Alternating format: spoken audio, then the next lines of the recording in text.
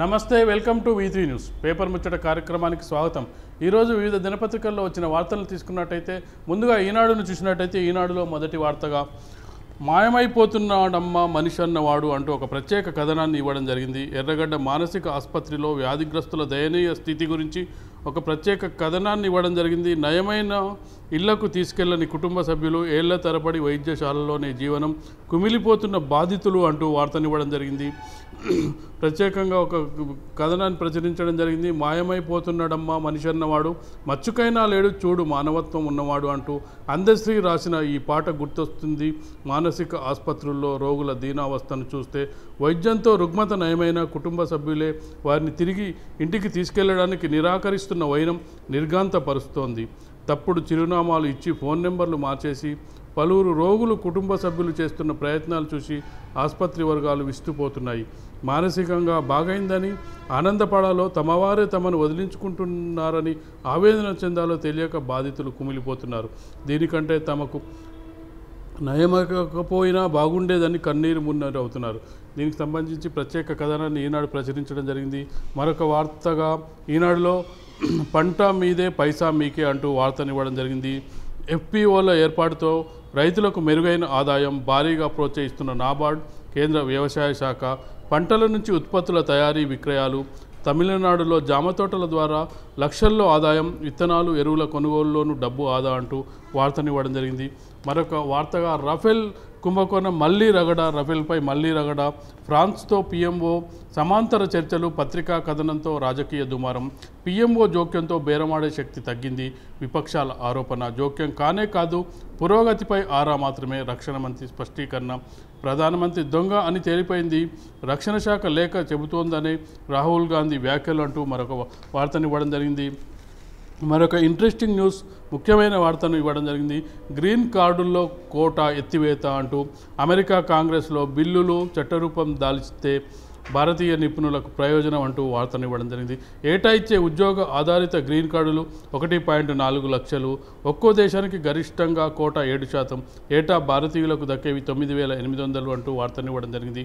మరొక వార్తగా న్యాయశాఖ అసెంబ్లీ కార్యదర్శులకు వారెంటు, ధిక్కరణ కేసులో వారిద్దరూ కోర్టుకు రావాల్సిందే, 15న హాజరుపరచాలని నగర పోలీస్ కమిషనర్కు ఆదేశం, 10,000 వ్యక్తిగత పూచీకత్తుతో బెయిల్ ఇవ్వొచ్చని వెల్లడి, కాంగ్రెస్ మాజీ ఎమ్మెల్యేలు వెంకటరెడ్డి, సంపత్ కుమార్ల కేసు విచారణ, న్యాయమూర్తి అదనపు అడ్వకేట్ జనరల్ మధ్య సంవాదం అంటూ వార్తనివ్వడం జరిగింది. ఇవి ఈనాడులో మొదటి పేజీలో వచ్చిన వార్తల్ని తీసుకున్నట్టయితే మరొక పత్రికను తీసుకున్నట్టయితే ఆంధ్రజ్యోతిలో మొదటి వార్తగా ధిక్కారం రద్దు కాలేదు అంటూ వార్తనివ్వడం జరిగింది. న్యాయశాఖ అసెంబ్లీ కార్యదర్శులపై హైకోర్టు వారెంట్లు, అసెంబ్లీ రద్దయిన కోర్టు ధిక్కారం వీగిపోదు, 15న హాజరు కావాల్సిందే, హైకోర్టు ఆదేశం అమలు చేయాలని నగర కమిషనర్కు నిర్దేశం, నాన్సెంట్ అంటూ అడ్డు చెప్పిన అదనపు ఏజీ, జడ్జి ఆగ్రహం, ఆదేశాల్లో ఆ వ్యాఖ్యలు నమోదు అంటూ వార్తనివ్వడం జరిగింది. మరొక వార్తగా రాఫెల్ మో డీల్ అంటూ వార్తనివ్వడం జరిగింది. ప్రధాని కార్యాలయ సమాంతర చర్చలు అంటూ ఇది ఎంతమాత్రం వాంఛనీయం కాదు, ఇలా చేయొద్దని PMOకు సూచించండి, పరీకర్ ఆనాడే రక్షణ అధికారులకు వినతి, నోట్ ఫైల్లో రాసి మరీ అభ్యంతరాలు, ఓవర్ రియాక్షన్ అంటూ తోసిపుచ్చిన పరీకర్, మరోసారి చెలరేగిన రాహుల్ గాంధీ, 5 నిమిషాలు చర్చకు రావాలని సవాల్, బలగాలను రెచ్చగొడుతున్నారు నిర్మల అంటూ రఫేల్ డీల్కి సంబంధించిన వార్తను మరొకసారి హైలైట్ చేయడం జరిగింది. మరొక వార్తగా ఇంట్రెస్టింగ్ న్యూస్గా సర్వీసులో స్వర్ణోత్సవం, విద్యుత్ సంస్థల్లో సేవలో 50 ఏళ్లు పూర్తి, CMD ప్రభాకర్ రావు అరుదైన ఘనత అంటూ వార్తనివ్వడం జరిగింది. మరొక వార్తగా ఇంట్రెస్టింగ్ న్యూస్ ఇవ్వడం జరిగింది. ప్రధానిగా గడ్కరీ అంటూ ఒక వార్తనివ్వడం జరిగింది. క్వశ్చన్ మార్కుతో పార్టీ చీఫ్గా చౌహాన్, RSS ప్రత్యామ్నాయాలు అంటూ వార్తనివ్వడం జరిగింది. ఒకవేళ ఎన్డీఏ గవర్నమెంట్కు, బీజేపీ నేతృత్వంలోని ఎన్డీఏ గవర్నమెంట్కు తక్కువ సీట్లు వచ్చినట్టయితే ఆల్టర్నేట్గా గడ్కరీని ప్రధాని అభ్యర్థిగా కూర్చోబెట్టాలని RSS ప్రత్యామ్నాయాలు ఆలోచిస్తున్నట్టుగా ఈ వార్తా కథనం సారాంశం. ఇది ఈరోజు ఆంధ్రజ్యోతిలో ప్రత్యేకంగా ఈరోజు వచ్చిన మొదటి పేజీ వార్తలను తీసుకున్నట్టయితే మరొక పత్రికను తీసుకున్నట్టయితే సాక్షిలో మొదటి వార్తగా ముహూర్తం కుదిరింది, రేపు రాష్ట్ర మంత్రివర్గ విస్తరణకు అవకాశం అంటూ వార్తనివ్వడం జరిగింది.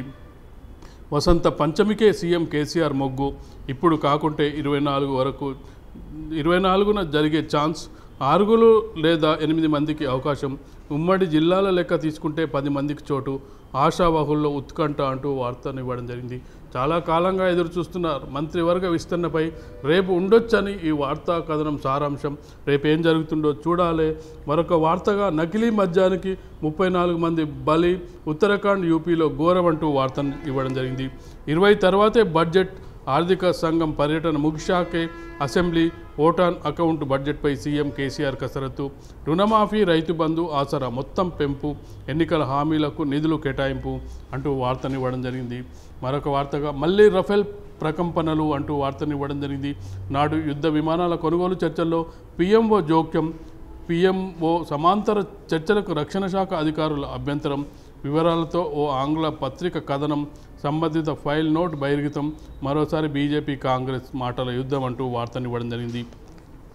ఎవరిని వదలను, అవినీతి పరులే నన్ను చూసి భయపడుతున్నారు, పశ్చిమ బెంగాల్, ఛత్తీస్గఢ్లో విపక్షాలపై ధ్వజమెత్తిన ప్రధాని అంటూ వార్తనివ్వడం జరిగింది. ఇవి సాక్షిలో మొదటి పేజీలో వచ్చిన వార్తలను తీసుకున్నట్టయితే, మరో పత్రికను తీసుకున్నట్టయితే ఆంధ్రప్రభలో మొదటి వార్తగా ఒక ప్రత్యేక కథనాన్ని, ఇంట్రెస్టింగ్ న్యూస్ను ఇవ్వడం జరిగింది. ఢిల్లీపై దండయాత్ర అనర్థం అంటూ వార్తనివ్వడం జరిగింది. మమతా బెనర్జీ తిరుగుబాటుతో సరికొత్త ప్రశ్నలు, సవాళ్లు, బలమైన కేంద్రంతోనే దేశానికి భద్రత, గౌరవం, నైసర్గికంగా కేంద్రం బలంగానే ఉండాలి, కేంద్రాన్ని బలహీనపరిస్తే అవాంఛనీయ పరిణామాలు, రాజ్యాంగ పరిస్థితులపై రాజ్యాంగ నిపుణుల ఆందోళన అంటూ వార్తనివ్వడం జరిగింది. అమెరికా ఫెడరల్ వ్యవస్థగానే ఆవిర్భవించింది, కానీ బలమైన కేంద్రాన్ని అక్కడి రాష్ట్రాలు అభిలషించాయి. రాష్ట్రాలకు కొన్ని అధికారాలున్నా కేంద్రం పటిష్టంగా ఉండాలన్న ఆకాంక్ష వాటికుంది. ఈ కారణంగానే అమెరికా ఇప్పటికీ బలమైన శక్తిగా కొనసాగగలుగుతుందంటూ వార్తాకథనాన్ని, ప్రత్యేక వార్తా కథనాన్ని ఇవ్వడం జరిగింది. మరొక వార్తగా ఢిల్లీ గద్దెపైనే ఆమె గురి, దీదీ దాదాగిరి అంటూ మోడీకి సంబంధించిన వార్తని ఇవ్వడం జరిగింది. అవినీతి పరులకు మమత వత్తాసు, ఆమె పాలనలో రక్తపాతం రాజ్యమేలుతోంది. బెంగాల్ గడ్డపై మమతను దుయ్యబట్టిన ప్రధాని మోడీ కాదు మ్యాడీ అంటూ మమత కౌంటర్, ఇలాంటి దురహంకారి ప్రధానిగా తగడు అంటూ మమత కౌంటర్ను కూడా ఇవ్వడం జరిగింది. అస్సాంలో మోడీకి కాగడాల సెగ, నల్ల జెండాలతో నిరసనలు అంటూ మరొక వార్తని ఇవ్వడం జరిగింది. ఆంధ్రప్రభలో మరొక ఇంట్రెస్టింగ్ న్యూస్, గవర్నర్తో నేడు కేసీఆర్ భేటీ, రేపు విస్తరణ అంటూ వార్తనివ్వడం జరిగింది. రోజంతా సీఎం కేసీఆర్ ఏకాంత కసరత్తు, ప్రగతి భవన్ చుట్టూ ఆశావాహుల చక్కర్లు, సీఎం అపాయింట్మెంట్ దొరక్క తిరుగుముఖం, ఎమ్మెల్యేలందరూ హైదరాబాద్లోనే ఎదురుచూపులు అంటూ వార్తనివ్వడం జరిగింది. మరొక వార్తగా గ్రీన్ కార్డ్ కోత ఎత్తివేత, అమెరికన్ కాంగ్రెస్లో బిల్లు భారతీయులకే ఎక్కువ ప్రయోజనం అంటూ వార్తనివ్వడం జరిగింది. చౌక గృహాలపై జీఎస్టీ 3% తగ్గించాలి, మంత్రుల ప్యానెల్ సిఫార్సు, వారంలో నిర్ణయం అంటూ వార్తనివ్వడం జరిగింది. శ్మశానమే లాకర్ అంటూ ఒక కథనాన్ని ఇవ్వడం జరిగింది. సమాధుల చెంత 433 కోట్లు నగదు, బంగారం, వజ్రాలు, ఆస్తిపత్రాలు దాచిపెట్టిన శరవణ గ్రూప్ ఐటీ దాడుల్లో కళ్ళు చెదిరే వాస్తవాలు అంటూ చెన్నైకి సంబంధించిన వార్తను ఇవ్వడం జరిగింది. మరొక వార్తగా శిఖా చౌదరి చుట్టూ ఉచ్చు అంటూ వార్తను ఇవ్వడం జరిగింది. జయరాం హత్య కేసులో తెలంగాణ పోలీసుల దర్యాప్తు వేగవంతం, శిఖా కాల్ లిస్టులో యువ క్రికెటర్ పేరు, లాయర్ల సమక్షంలో జయరాం భార్య పద్మశ్రీ వాంగ్మూలం నమోదు, రాకేష్ రెడ్డి శ్రీనివాసరావుకు పీటీ వారెంట్, హైదరాబాద్ రప్పించే ప్రయత్నాలు అంటూ వార్తనివ్వడం జరిగింది. మరొక వార్తగా కిసాన్ సమ్మాన్కి సర్వే తప్పదు, కఠిన నిబంధనలతో రాష్ట్రంలో లబ్ధిదారుల సంఖ్య తగ్గే ప్రమాదం, ఈ నెలాఖరు నాటికి నగదు బదిలీ, సాధ్యాసాధ్యాలపై అనుమానాలు, లబ్ధిదారుల సంఖ్య 20 లక్షల లోపే, గ్రామాల సర్వేలకు ఎంత లేదన్నా నెల రోజులు అవసరం అంటున్న అధికారులు అంటూ వార్తనివ్వడం జరిగింది. ఇవి ఆంధ్రప్రభలో మొదటి పేజీలో వచ్చిన వార్తల్ని తీసుకున్నట్టయితే, మరొక పత్రికను తీసుకున్నట్టయితే నమస్తే తెలంగాణ. నమస్తే తెలంగాణలో మళ్ళీ రాఫెల్ గర్జన అంటూ వార్తనివ్వడం జరిగింది. రక్షణ శాఖను కాదని దొడ్డిదారిన పీఎంఓ చర్చలు, రాఫెల్ విమానాలకు ప్రభుత్వ బ్యాంకు గ్యారంటీ లేకున్నా పర్వాలేదని రాజీ అంటూ వార్తనివ్వడం జరిగింది. కాపలాదారే దొంగని రుజువైందన్న రాహుల్, ప్రధాని రాజీనామా చేయాలని లోక్సభలో విపక్షాల డిమాండ్ అంటూ వార్తనివ్వడం జరిగింది. మరొక వార్తగా సిరిసిల్లను మరో తిరుపూరుగా చేస్తా అంటూ కేటీఆర్కు సంబంధించిన వార్తనివ్వడం జరిగింది. అడవులపై డ్రోన్లు, అటవీ నేరాల కట్టడికి శాటిలైట్ సహకారం అంటూ వార్తనివ్వడం జరిగింది. మరొక వార్తగా కారు రీడిజైన్ అంటూ వార్తనివ్వడం జరిగింది. ఇకపై ఈవీఎంలలో స్పష్టంగా కారు గుర్తు. టీఆర్ఎస్ అధ్యక్షుడు సీఎం కేసీఆర్ వినతిపై స్పందించిన ఎన్నికల సంఘం రీడిజైన్ చేసిన గుర్తును ఈసీకి సమర్పించిన టీఆర్ఎస్ కారును పోలినట్టుండే ట్రక్కు సహా ఇతర గుర్తులు ఎవరికీ కేటాయించవద్దు ఢిల్లీ మీడియాతో ఎంపీ వినోద్ కుమార్ అంటూ వార్తనివ్వడం జరిగింది. తెలంగాణ రుణమాఫీ దేశానికే ఆదర్శం అంటూ British deputy high commissioner Andrew Fleming ట్వీట్కు సంబంధించిన వార్తను ఇవ్వడం జరిగింది. ఇవి నమస్తే తెలంగాణలో మొదటి పేజీలో వచ్చిన వార్తల్ని తీసుకున్నట్టయితే ఇవి ఈరోజు వివిధ దినపత్రికల్లో వచ్చిన వార్తల్ని చూసినట్టయితే ఇప్పుడు ఒక చిన్న బ్రేక్ తీసుకుందాం.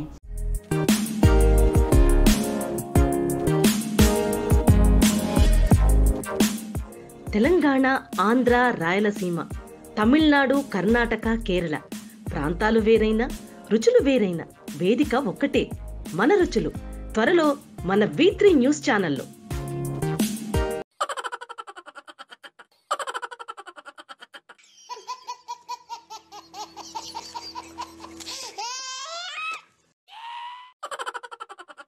గిలిగిలిగా త్వరలో మీ V3 న్యూస్ ఛానల్లో.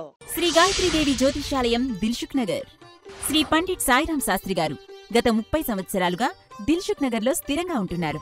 మీరు చేస్తున్న ప్రయత్నాలు విఫలమగుట, కార్యక్రమాలయందు ఆలస్యం, అనుకోని చిక్కులు, వివాహ ప్రయత్నం ముందుకు సాగక వివాహ ఆలస్యం, ఉద్యోగం, ఆరోగ్యం, దాంపత్యం, సంతానయోగం, విదేశీయానం, భూ వివాదములు మరియు వ్యాపారాదులలో సమస్యలకు జ్యోతిష్యపరమైన పరిష్కారమునకై పుట్టిన తేదీ, బొటనవేలి ముద్ర, హస్తరేఖలు, జాతకం చూసి వివరముగా జ్యోతిష్యం చెప్పగలరు. మీరెక్కడెక్కడో జ్యోతిష్యం అడిగి నిరాశ చెంది ఉండవచ్చు. ఒక్కసారి శ్రీ సాయిరాం శాస్త్రి గారిని సంప్రదించండి. గమనిక: స్త్రీ పురుషుల ఎటువంటి జీవిత సమస్యలకైనా పూజ, హోమం, అంజనం, యంత్రం, మంత్రం ద్వారా 9 రోజుల్లో గాయత్రీదేవి సాయిబాబా పూజ చేసి శాస్త్రోక్తంగా పరిష్కారం చూపగలరు. గాయత్రీదేవి జ్యోతిష్యాలయం, flat number 101, first floor, Shilpi apartments, A block, near Konark theatre, Dilsukh Nagar, Hyderabad. Cell 9949373448 94405370444.